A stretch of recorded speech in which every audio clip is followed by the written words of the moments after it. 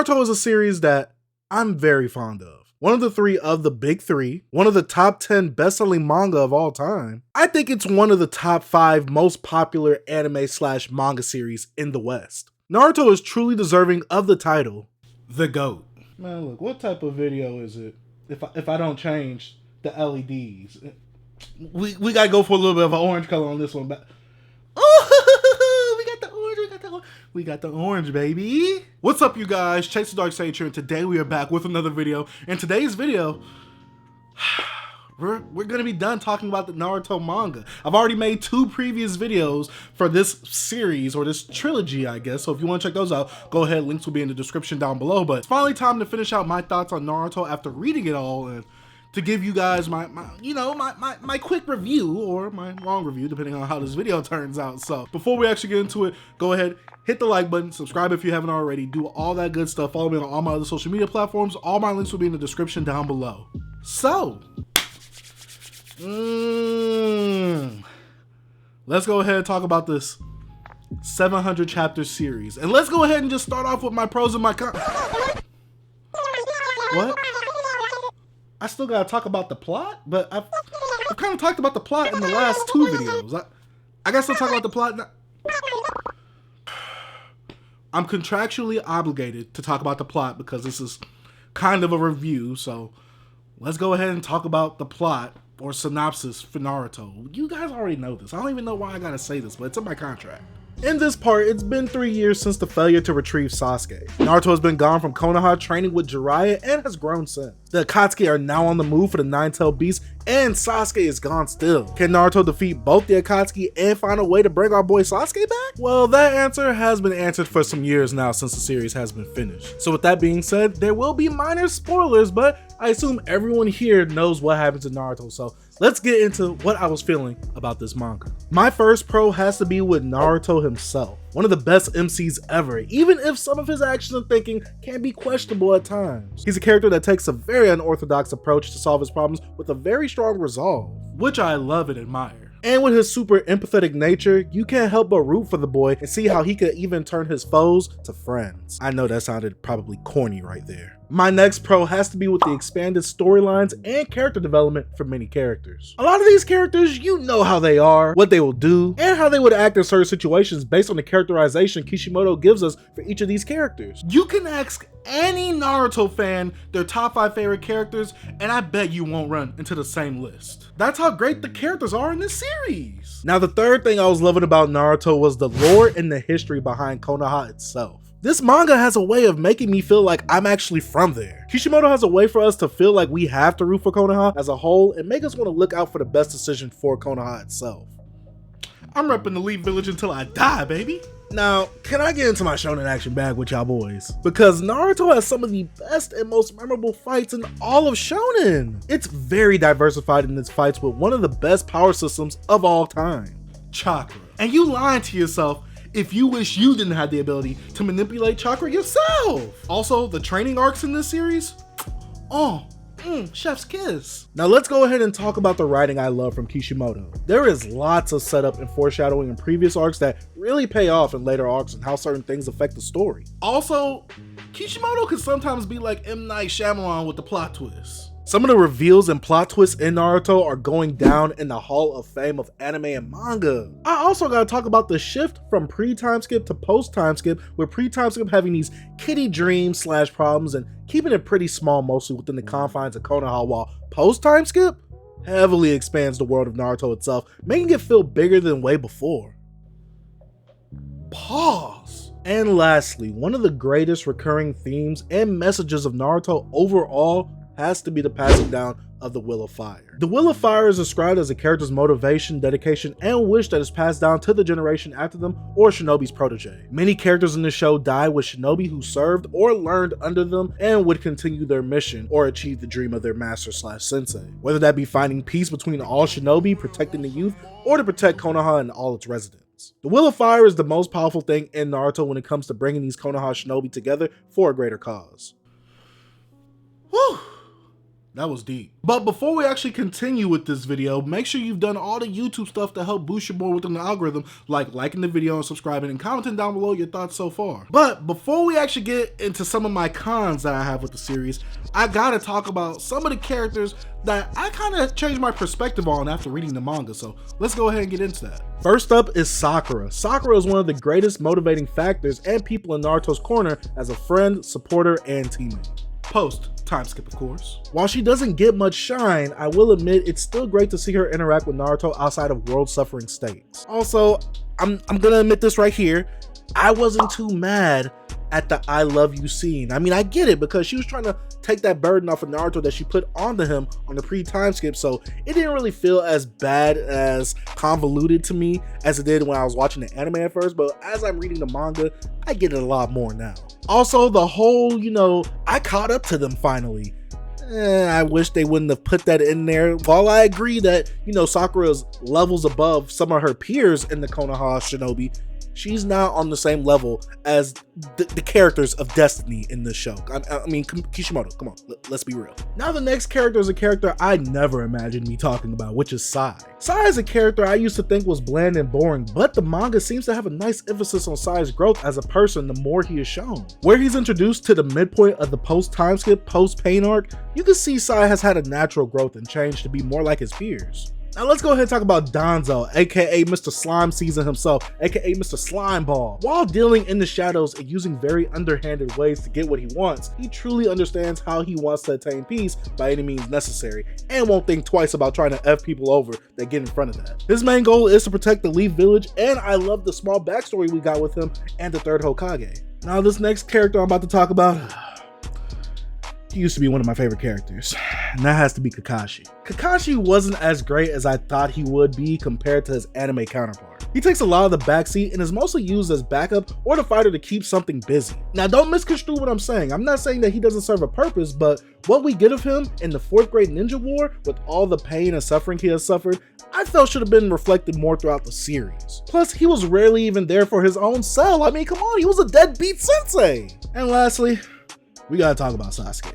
This has to be the biggest edgelord ever. Some of his logic and reasoning, despite what he's been through, makes no sense and is on this quest of vengeance, even though the person who inspired him to take it, Itachi, requested he not do it. Sasuke's way feels like an absolute justice, which he believes nothing bad could come from this quest. After he kills Itachi, it felt like Kishimoto didn't know where to take Sasuke and his goals feel a bit aimless for a bit. But I will say though, his best arcs are easily the one where he fights Itachi or 5 Kage Summit because, Sasuke had that dog in him. Now let's go ahead and trash talk some of the things that I did not like about Naruto. My first con has to be that Kishimoto puts way more on his plate than he could actually eat. Let me explain. The world building, a lot of it is teased and referenced, but really isn't shown outside of Konoha. Unless it's for a small action scene or to show light of certain characters that will play a bigger role later on. The sidelining of a majority of the supporting cast, it's criminal how some of these characters don't get any shine at all, especially the female cast. And I'm gonna say it right now, Kishimoto cannot write dope females. And yeah, we got Tsunade, she's cool, but that's about it. And lastly, most Akatsuki members feel flat, which is a huge detriment to the series because the Akatsuki take up 1/3 of the actual series. And there's so much that could have been given to these characters through backstories to really make you believe why they want to join the Akatsuki. It honestly just feels like a group of bad guys just being bad guys. And that's cool in certain stories, but we've been shown that Naruto has a little bit more depth than that, so that's why I gotta knock off a point on Naruto because of the Akatsuki themselves. Still dope though, the drip is still immaculate. To summarize this point, Naruto is too short to handle everything it juggles. Many things including world building, lore, and characters are introduced but never fully fleshed out due to the manga already doing so much and having a high chapter count as is. Which basically means that anything outside of the Leaf Village ain't really getting any shine. These lead to Naruto having potential to have the best lore and world building, but fails to fully flesh out villages outside of Konoha. Just the potential alone with Naruto saddens me. I think that they should have made a prequel series to Naruto instead of a sequel series with Boruto. Yeah, I know. Now let's talk about Sasuke post time skip. Now this is a tricky one. Sasuke was built up to defeat his brother Itachi all throughout pre-timeskip, and it comes rather quick in the manga after the timeskip. After this happens, Sasuke and his side of the narrative just feel aimless and flat. Sasuke is way more cold in concept and when in action, but his story after he defeats Itachi outside of the 5 Kage summit, because that boy had that dog in him, feels like Kishimoto was just trying to find some way for him and Naruto to cross paths again and sideline him while Naruto was doing the more worthwhile stuff. Another con I have, and I know I was praising this in my prose section, but Kishimoto's writing style. It can be very immature and childish in the wrong ways. The themes shown off are sometimes too on the nose, meaning themes are way too obvious, followed with corny and cringy dialogue. Naruto's quest for Sasuke, it just seems very immature. And there's very corny dialogue when it's just them two talking. And Sakura's love for Sasuke. Look, I get it. Sakura was going through her T-Pain phase. She was pretty sprung at the age of 12.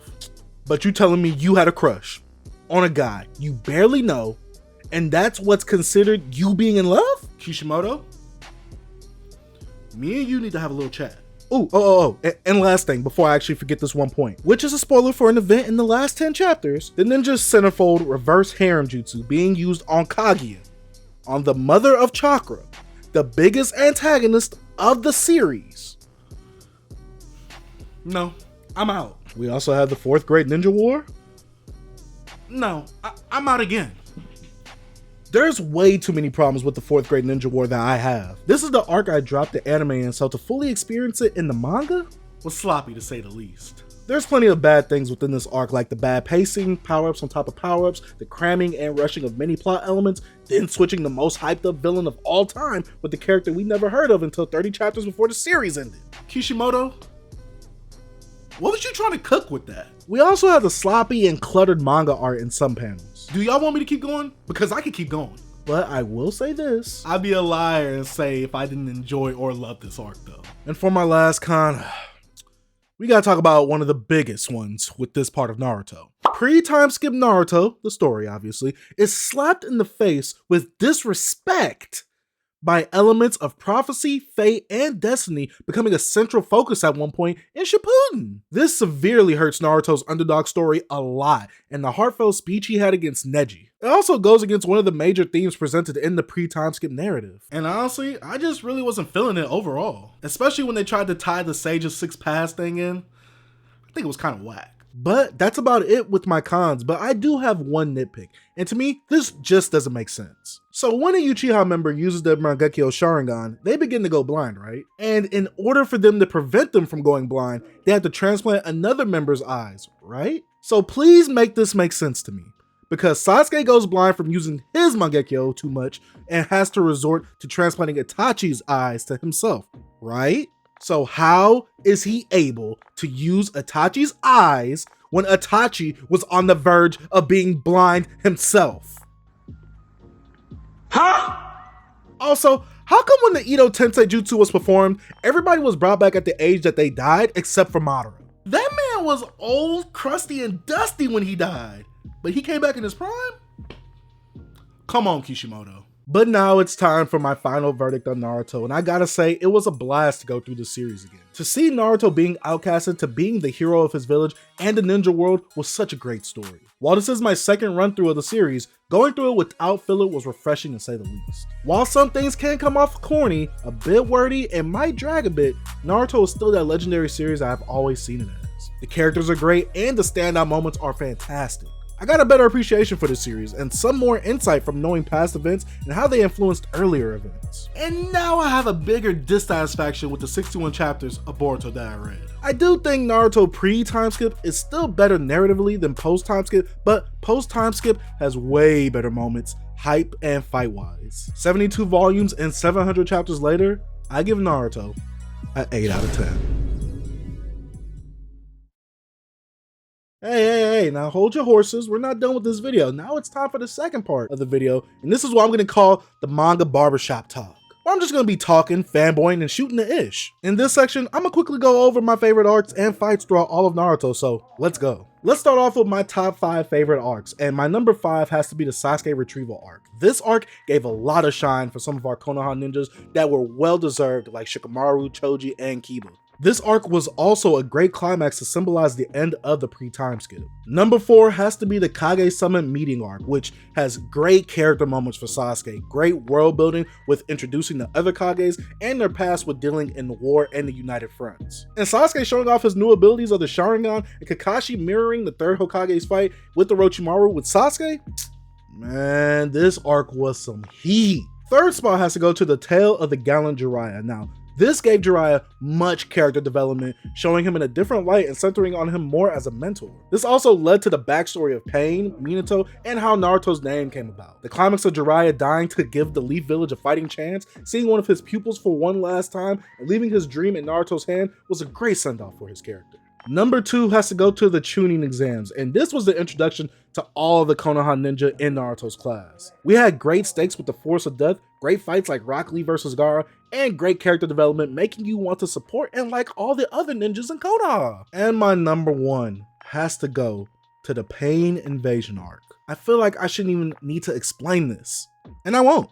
Now it's time for me to talk about my favorite fights, and honestly, I'm not going to go in depth or even really talk about them like that because, well, we already know what these fights symbolize if you're a fan of Naruto, and these fights are definitely worthy of either reading the manga version of it or watching the highlights on YouTube. So my number 5 fight has to be Itachi versus Sasuke. I mean, come on, this is the fight that we've been waiting for since pre-time skip Naruto. And my 4th fight has to be Madara versus the 5 Kage. I mean, that boy Madara, when he got resurrected, that boy was out for smoke and he didn't care who was coming at him. Now, my number 3 fight has to be Sasuke versus all the Kage, including Danzo in the 5 Kage Summit arc. Now, Sasuke, he was a beast in this arc. Like I always say, he got that dog in him because that boy was out for blood. In fact, he was trying to get it back in blood, especially from Danzo. I mean, I kind of felt sorry for Danzo, but when Danzo used that Izanagi, I thought Sasuke was done for, but Sasuke, still overcame him. Pause. But number 2 has to be Jiraiya versus Pain. I mean, there was just so much emotional weight in this fight that I can't really even talk about it like that because, well, it's Jiraiya versus Pain. It's the protege versus their mentor. Come on now, let's be real. And for my honorable mention fight, I had to include the Gaara versus Rock Lee because this top 5 list would have been highly disrespectful if I did not include that fight. But my number 1 fight has to be Naruto versus Pain.